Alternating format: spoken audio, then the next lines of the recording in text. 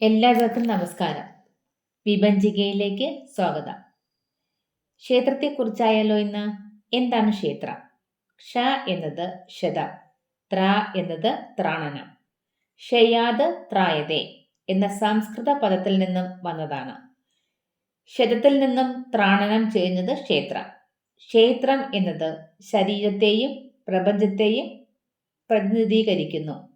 ഇത് സഗുണഭക്തിയുടെ കേന്ദ്രവും ഊർജം സംഭരിക്കുന്ന സ്ഥലവുമാണ്. കേരളത്തിൽ അമ്പലം എന്നും അറിയപ്പെടുന്നു. ശരീരം എന്ന വാക്കിന് രണ്ടർത്ഥമുണ്ട്: സ്ഥൂല ശരീരമെന്നും സൂക്ഷ്മ ശരീരമെന്നും. ബോധ മനസ്സ് സൂക്ഷ്മ ശരീരത്തെയും ശരീരം സ്ഥൂല ശരീരത്തെയും സൂചിപ്പിക്കുന്നു. ഇതിന് രണ്ടിനും സംഭവിക്കുന്ന ക്ഷതത്തിൽ നിന്നും ത്രാണനം ചെയ്യാൻ സഹായിക്കുന്ന കേന്ദ്രമാണ് ക്ഷേത്രം. ഇനി അമ്പലം എന്ന വാക്ക് തമിഴിൽ നിന്നും വന്നതാണ്. അൻപ് അധികം ഇല്ല, അതായത് സ്നേഹവും കരുണയും ലഭിക്കുന്ന സ്ഥലം എന്ന് അർത്ഥം.